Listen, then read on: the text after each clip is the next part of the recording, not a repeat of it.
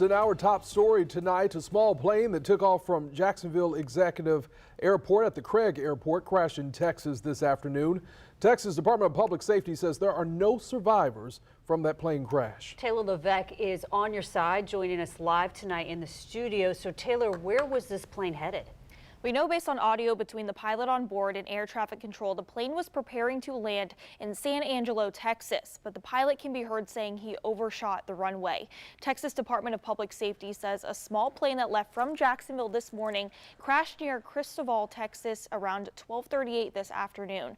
The plane was found on a ranch with the help of Customs and Border Patrol.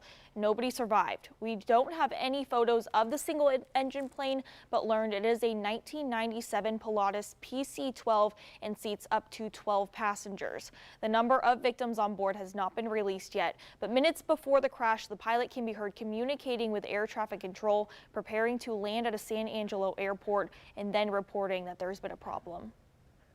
All right, right turn 030, clear for approach, 4,300 total south. It's off Joe, we overshot it. Off Joe, we got a problem.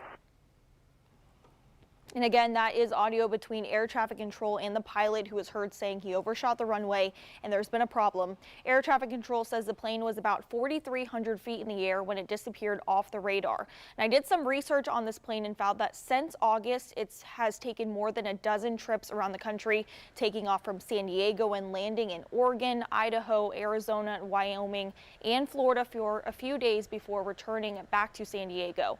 On October 21st, the plane flew from San Diego and landed in Fort Lauderdale, and since then it's taken numerous trips back and forth between Fort Lauderdale and Jacksonville. This latest trip was taken from Fort Lauderdale to Jacksonville Wednesday before heading out of the state today.